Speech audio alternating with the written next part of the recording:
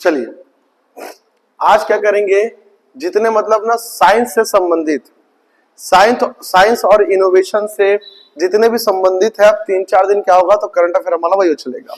Science से, innovation से, launching से, सब इसे जुड़ा हुआ रहेगा। पुष्पक, ये बेटा हमारे पास क्या किया है, तो हमारे इसरो ने बनाया है किसको, पुष्पक को।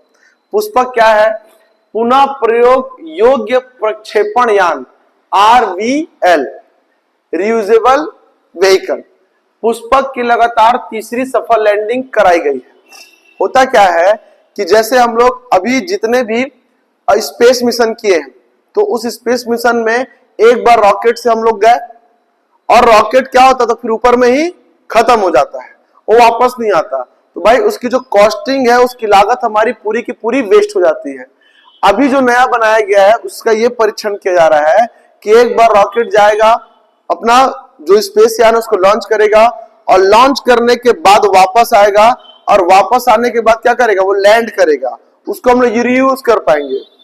पहले क्या होता था कि वो एक बार लेके चले जाता था, लेके जाने का, वहां रुकने का उसमें प्रोसीजर होता था, और वहां से आने के यहाँ प्रोसीजर नहीं होता था। यहाँ के एटमॉस्फेयर में एंटर करने के बाद वो खत्म हो जाता था, तो टोटल हमारे पास वो लॉस होता था। अब इंडिया क्या है बेटा, बजट चलने वाली कंट्री है। पहला जो मंगल मिशन है दुनिया में, तीसरा मंगल मिशन भेजना देश कौन हुआ, भारत, और सबसे कम पैसे में, कितने में, तो मात्र 450 या 400 करोड़ रुपए में भेजा था। तो पैसे को बचाने के लिए, क्योंकि फ्यूचर में स्पेस मिशन दुनिया भर के होंगे, तो जो जितना रिलायबल और जितना सस्ता प्रोवाइड करेगा वो आगे बढ़ेगा। एलन मस्क को जानते हो ना, उसी कंपनी का नाम क्या है, स्पेस एक्स है। वो फ्यूचर प्लान कर रहा है कि मंगल पर देश बचाऊंगा, चंद्रमा पर दुनिया बसाऊंगा, वहां पे लोगों को ले जाऊंगा। इवन उसकी अच्छी पॉलिसी भी है, चंद्रमा पर जाकर आने का एक आदमी किराया लगभग 50 करोड़ रुपए रखेगा ये, और लोग घूमने भी जाएंगे, एक से एक रईस बैठे हुए हैं। अब जब टाइटन देखियो, जो टाइटैनिक डूब गई थी, उसको देखने के लिए पनडुब्बी में जाते थे। जब इतना एडवेंचर है, उसमें भी 13-14 करोड़ रुपए लगता था एक आदमी का टिकट, पानी के अंदर जाना और वापस आने का। ठीक, उससे अच्छा तो वो लोग क्या होते, तो नेवी में भर्ती हो जाते और क्या करते, सबमरीन स्क्वाड्रन को ज्वाइन कर लेते और सबमरीन में घूमते रहते पूरा दुनिया भर का। वो लोग इतना पैसा पे करते थे, काफी महंगा होता था वो।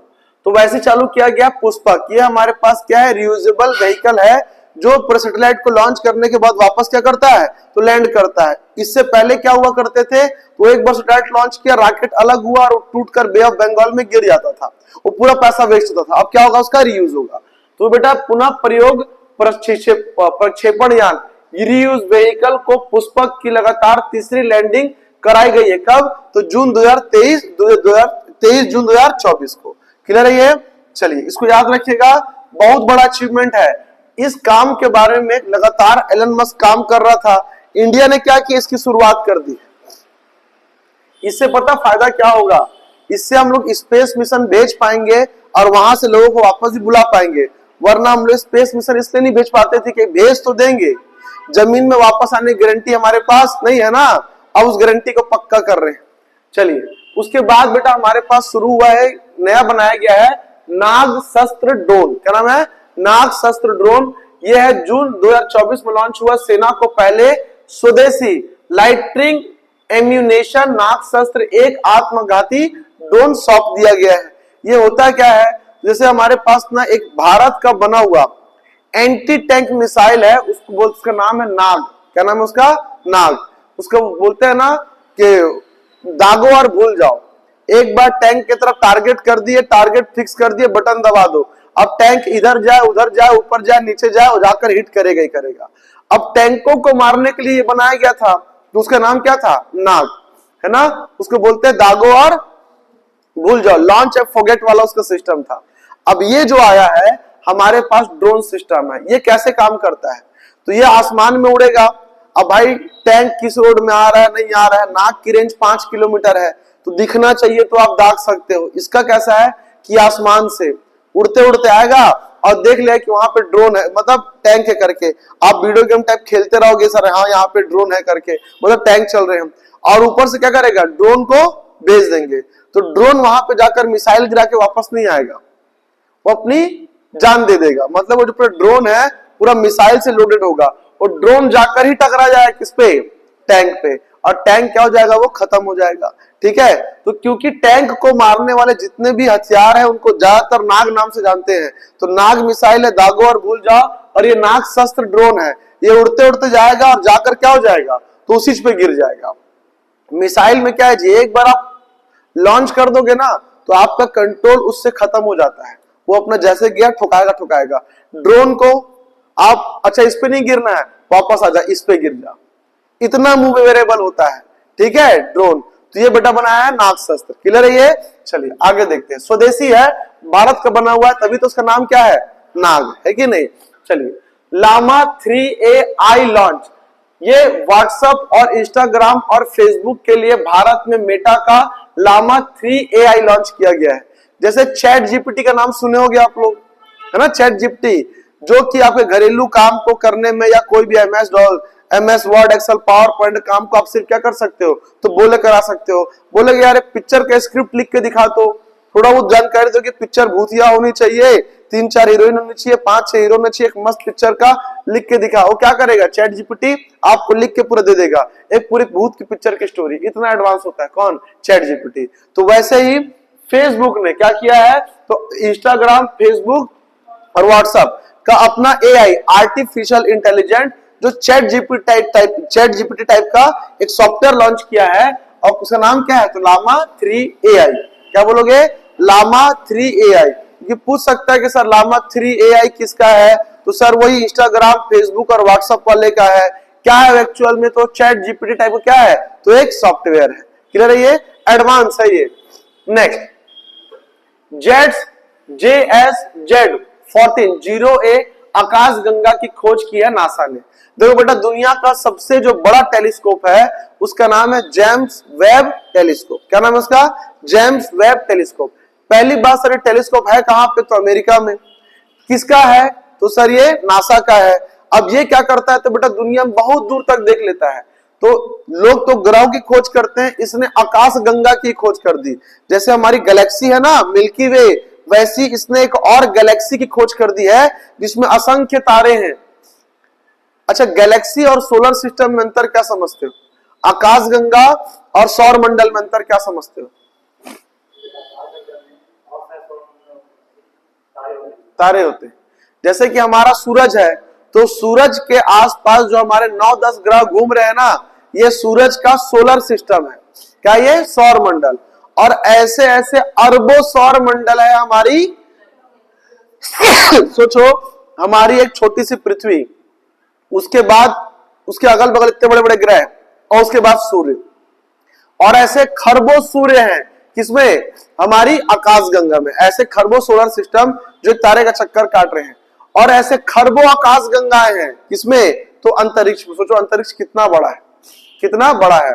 और उतने बड़े अंतरिक्ष में जहां पे खरबों आकाशगंगाएं हैं, उन खरबों आकाशगंगाओं में खरबों सोलर सिस्टम, और उस खरबों सोलर सिस्टम में खरबों कितने सारे ग्रह, और उस ग्रह में कितने बड़े बड़े देश, और देश में राज्य में जिला, शहर, और उसके छोटे से कोने में एक धूल के बराबर रहने वाले हम लोग आदमी। और कितना टेंशन ले लेते हैं हम, है कि नहीं, टेंशन नहीं लेना, एग्जाम में जो होगा वो होगा। मतलब आकाश में पूरे बोलते हैं ना, ब्रह्मांड में एक कंकड़ से भी क्या है, हमारा कम वैल्यू है। पहले नहीं थे, आज हैं, और कल फिर नहीं रहेंगे। जबरदस्ती टेंशन लेने से कोई फायदा नहीं है, बस कर्म करते रहो। JSZ 140, क्या नाम है उसका, JSZ 14 आकाश गंगा खोजी गई है। और खोजा किसने बेटा, तो नासा के जेम्स वेब टेलीस्कोप। एक चंगाई 6 चंद्रमा के दूसरे क्षेत्र, दूसरे नहीं बेटा एक्चुअल में वो दक्षिणी क्षेत्र है। कौन क्षेत्र है, तो दक्षिणी क्षेत्र है। चंद्रमा के दक्षिणी क्षेत्र में मिट्टी एवं चट्टानों के नमूने लाने के लिए चीन द्वारा कौन सा मिशन भेजा गया था, तो चंगाई 6। कौन सा, चंगाई 6, याद रखिएगा। अरे उन लोग संघाई, चंगाई, इस टाइप का जो नाम होता है कहां पे होता है, चाइना में तो होता है। मिशन ईशान, एक राष्ट्र एक वायु क्षेत्र के लिए भारत का प्रयास है। एक मिशन ईशान लॉन्च किया गया है, इसको याद रखिएगा। एक राष्ट्र एक वायु क्षेत्र, कहानी क्या बेटा, अगर हम लोग भारत की बात करें तो भारत क्या, हमारा बहुत बड़ा देश है। भारत हमारा बहुत बड़ा देश है। यहाँ हमारे पास सदन पे हमारे पास अलग से वायु रक्षा क्षेत्र है, वायु क्षेत्र है, इधर अलग है, इधर अलग है, इधर अलग है। इसको बोलते हैं ना बेटा ATC, एयर ट्रैफिक कंट्रोल, जो क्या करता है भारत के चारों हिस्से में अलग अलग एयर के ट्रैफिक, मतलब एयरप्लेन्स का भी क्या होता है, ट्रैफिक हो जाता है, उनको क्या करता है, कंट्रोल करने का काम करता है।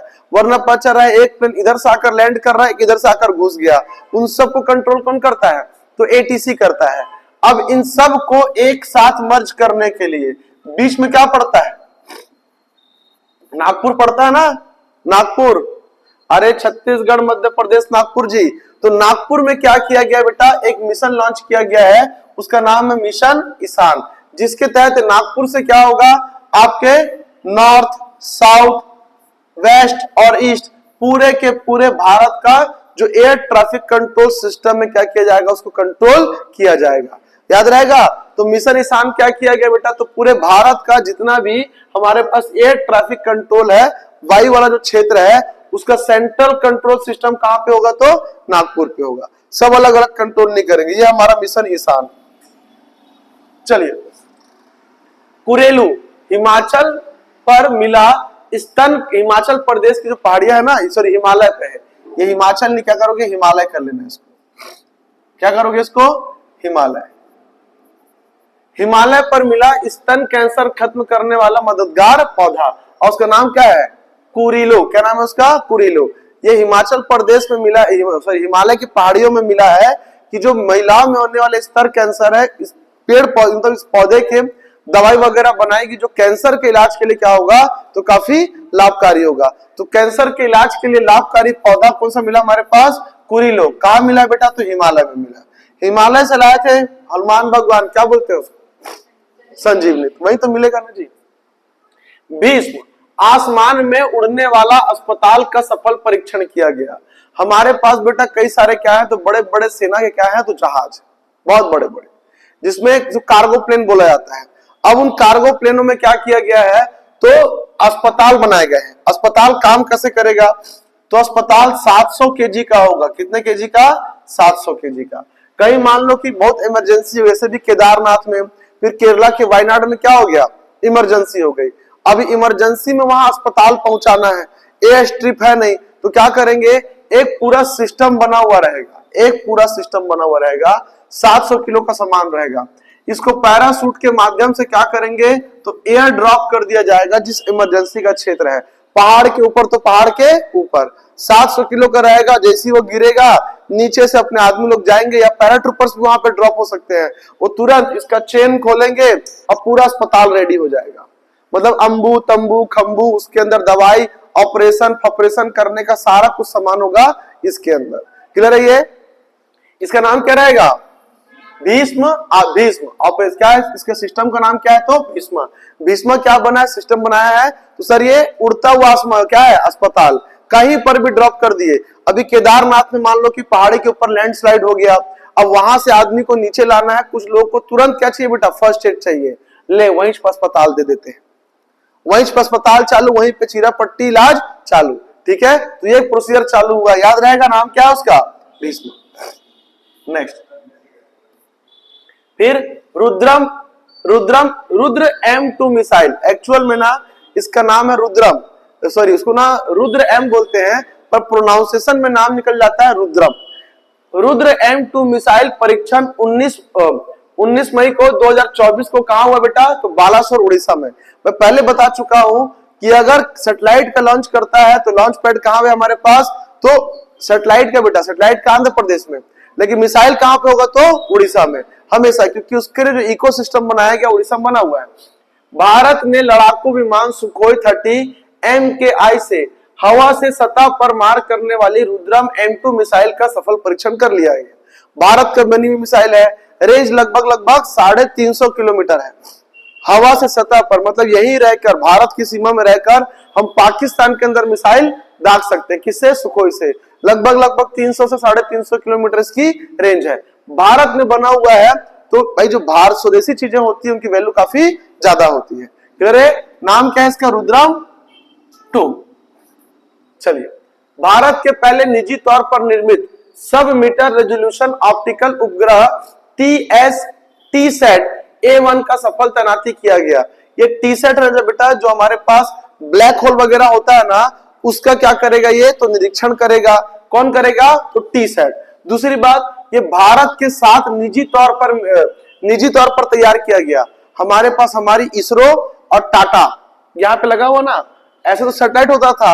ये टीसैट मतलब क्या है, टाटा की सैटेलाइट। क्या बताओगे, टाटा। तो टीसैट की जो टीसैट है, टीसैट 1A क्या है बेटा, तो एक सैटेलाइट है, पोलर सैटेलाइट है। सर वो काम क्या करेगा, तो ब्लैक होल, किसकी, ब्लैक होल जो ग्रहों को निकल जाता है, ब्लैक होल्स का निरीक्षण करेगा। किसके द्वारा तैयार किया गया है, तो सर वो टाटा के साथ मिलकर तैयार किया गया है। भारत की पहली प्राइवेट कंपनी जिसने सैटेलाइट तैयार किया, तो टाटा। क्लियर है, ये इसी प्रकार से क्वेश्चन बनाता है। चलिए, ये क्लास इतने करना है बस आज इसमें।